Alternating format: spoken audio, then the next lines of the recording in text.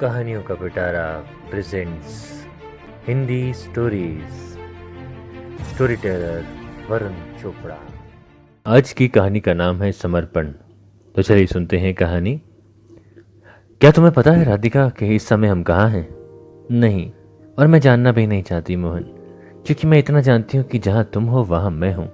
तो इससे मुझे कोई मतलब नहीं कि हम कहाँ हैं और कहाँ नहीं। राधिका, क्या तुम मेरे साथ हर पल हर जगह मौजूद रह सकती हो? मैं तुम्हारे साथ हर पल हर घड़ी और धरती के हर उस कण कण में बस सकती हूँ मोहन, जहाँ तुम्हारा निवास हो। तुम मेरे जीवन का अभिन्न हिस्सा हो मोहन। मैं तुम्हारे साथ नहीं तो मैं अधूरी हूँ मोहन। इसलिए मैंने तुम्हें अपने मन मंदिर में बसा लिया है, जहाँ केवल तुम हो और तुम पर मात्र मेरा अधिकार है। अधिकार की बात मत किया करो राधिका। मैं इस अधिकार तले दबना नहीं चाहता, क्योंकि संसार का ये नियम है कि हर व्यक्ति किसी न किसी के अंदर रहकर ही जीवन यापन करता है। तुम कहना क्या चाहते हो मोहन? स्पष्ट कहो, मैं समझ नहीं पाई। मेरे कहने का अर्थ है राधिका कि मैं एक पुत्र हूं, तो पहला अधिकार माता पिता का है, भाई बहन का है, गुरु का है, मित्र का है, तत्पश्चात तुम्हारा अधिकार है। मतलब तुम्हारे जीवन पर मेरा कोई अधिकार नहीं? तुम्हारे हृदय में मेरे लिए कोई स्थान नहीं? ऐसी बात नहीं है राधिका। मेरे जीवन पर माता पिता के बाद सबसे अधिक अधिकार तुम्हारा ही होगा। पता है क्यों? क्योंकि तुम सबसे अंत में मेरे जीवन में आई हो, और जो अंत में आता है वो शेष भाग के साथ संपूर्ण हो जाता है। तुम्हारी बात है, तुम ही जानो। मैं तो बस इसी तरह हर रोज इसी पीपल के नीचे ठंडी छाव में नदी के तट पर तुम्हारे साथ शाम कर देना चाहती हूँ, और सूरज की लालिमा में खुद को सराबोर करके एक नए रंग का अनुभव प्राप्त करना चाहती हूँ। क्या तुम मेरे साथ प्रतिदिन यहाँ आओगे मोहन? इस एकांत वातावरण में जहाँ केवल मैं और तुम और पक्षियों की मनमुक्त आवाज और कोई नहीं। राधिका, तुम इतने समय एक साथ व्यतीत करके भी ऐसे प्रश्न कर रही हो, जबकि मैं प्रतिदिन तुमसे पहले यहाँ आकर तुम्हारे आने की राह देखा करता हूँ। मैं जानती हूँ मोहन, तुम मुझसे बहुत प्रेम करते हो, किंतु एक स्त्री को सदैव अपने मन की इच्छा को दूसरे से सुनकर एक सुंदर एहसास मिलता है। राधिका, इस संध्या का अवलोकन अंतर्मन से करके देखो। जिस लालिमा की बात कर रही थी तुम, उससे अधिक मिठास तुम्हें इस झिलमिल नदी में मिलेगा। उस तरफ देखो राधिका, बिल्कुल तुम्हारी आंखों की जैसी चमक और अधरों पर बसी लालिमा एक साथ होकर नवीन रंग दर्शाते हुए नजर आ रही है। रवि की किरणें एक सिंदूरी रंग से ओत प्रोत मानो इस नदी में सम्मिलित होकर खुद को समर्पित कर देना चाहती हूँ। मोहन, इन्हीं किरणों की भांति मेरा मन भी यही कहता है कि मैं तन मन और जीवन को तुम्हें समर्पण कर तुम में ही मिल जाऊं। राधिका, आज तुम्हें जीवन का एक सुंदर रहस्य बता रहा हूं, इस पर विचार करना। क्या जीवन इससे अलग और कुछ हो सकता है? जिस तरह सूरज उदय होता है और वो एक तेज के साथ सारे संसार को दिन भर के लिए प्रकाशित करता है, किंतु जैसे जैसे उसका तेज कम होता है वो संध्या को अपने पल समर्पित कर देता है और फिर पूरी तरह उसी में विलीन हो जाता है।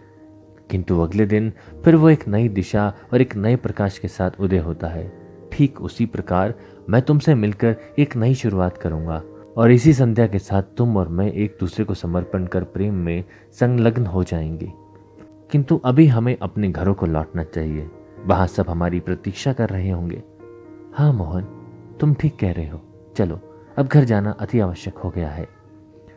राधिका की माँ, मिलाई उस मोहन से जिसे घर का एक काम तक नहीं होता है। वो तुम्हारे लिए क्या करेगा बिटिया?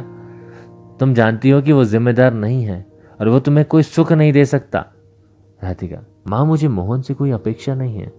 मुझे उससे और कुछ नहीं चाहिए सिवाय प्रेम के, और जहाँ प्रेम स्नेह मिल जाए वहाँ किसी और चीज की इच्छा करना मेरी सोच से परे है माँ।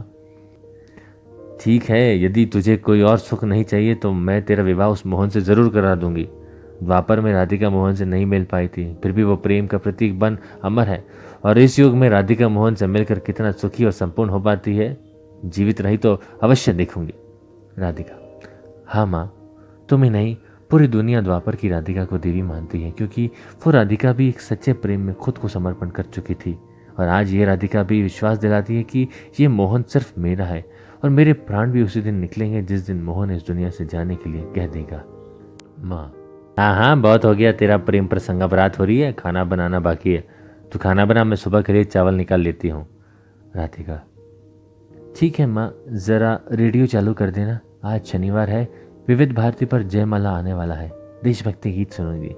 माँ, अरे वाह, दिन भर प्रेम भक्ति और अब देशभक्ति पूजा, भक्ति भी किया कर, भाग्योदय होगा तेरा भी और उस मोहन का भी। जयमाला कार्यक्रम का पहला गीत बजा। जिंदगी की न टूटे लड़ी, प्यार कर ले ओ प्यार कर ले, घड़ी दो घड़ी।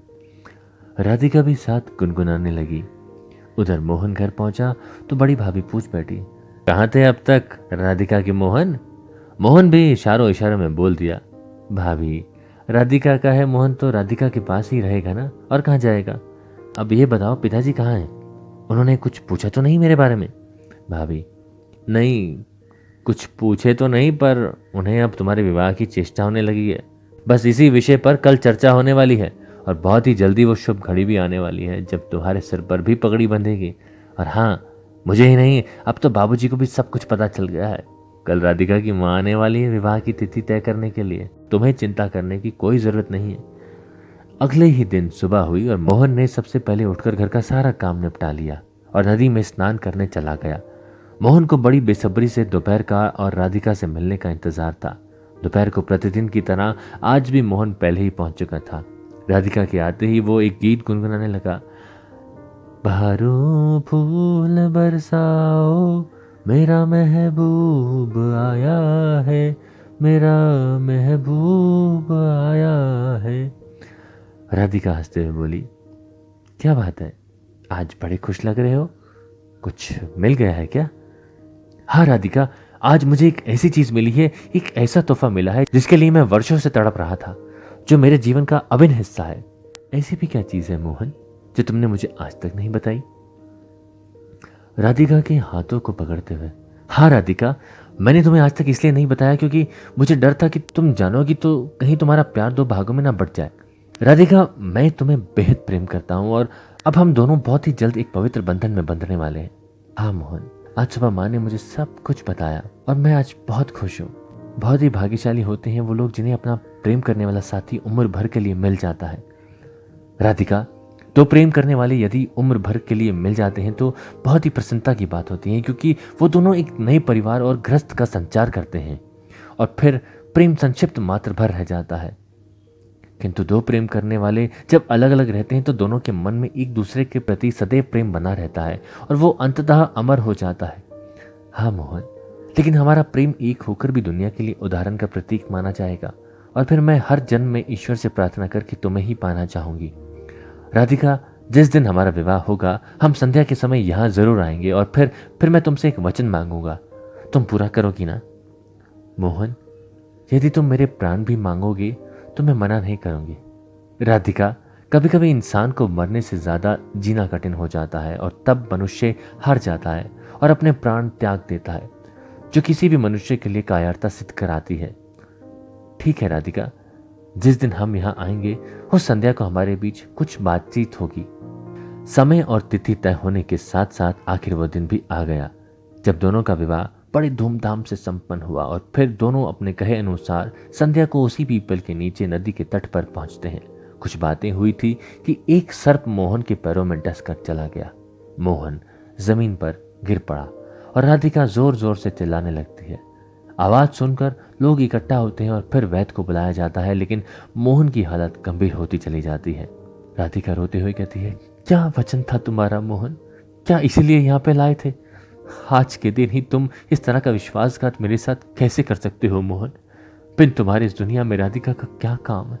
मैं भी अपने प्राण त्याग दूंगी, इस नदी में डूब जाऊंगी। नहीं राधिका, अपने अंतिम क्षणों में मोहन, तुम ऐसा नहीं कर सकती। तुम्हें जीना होगा राधिका, अपने लिए ना सही हमारे प्रेम के लिए तुम्हें जीना होगा। मैंने उस दिन एक वचन की बात कही थी ना, आज मुझे वचन दो कि तुम आत्महत्या या फिर जानबूझकर मरने की कोशिश कभी नहीं करोगी। वचन दो राधिका, मेरे पास वक्त बहुत कम है, किंतु ईश्वर ने चाहा तो मैं इस नदी से जीवित होकर लौटूंगा। मोहन, मोहन, मैं तुम्हें वचन देती हूँ कि मैं सदियों तक तुम्हारी प्रतीक्षा करूंगी और सिर्फ तुम्हारी होकर तुम्हारे नाम में अपने आप को समर्पित करती हूँ। राधिका, राधिका, किसी के लिए मरना बहुत सरल होता है, लेकिन जीवित रहना अत्यंत कठिन हो जाता है। धैर्य मत खोना राधिका, अपने मोहन पर विश्वास रखना। इतना कहते ही मोहन की सांसें थम सी गई और धड़कन की गति भी धीरे धीरे रुक गई।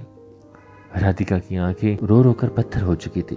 अब तो बस पीपल की छांव और खामोशी से बहता हुआ पानी मानो राधिका का सुख चैन ही छीन ले गए हों, और वो उनके पास अपनी खुशियों को वापस पाने की गुहार लगाती बैठी रहती।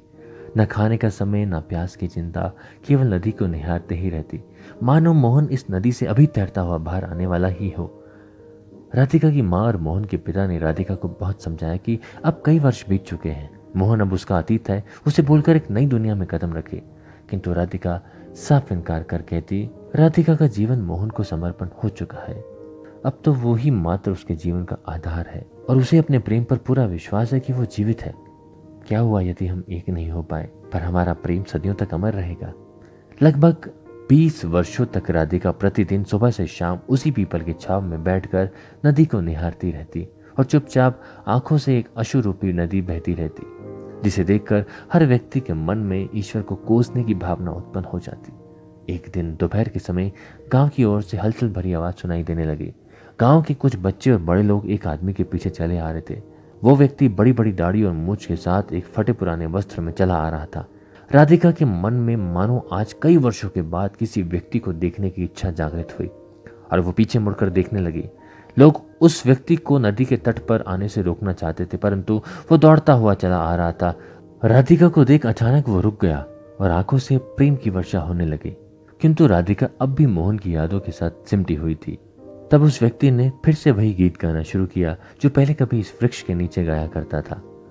बहारों फूल बरसाओ, मेरा महबूब आया है, मेरा महबूब आया है।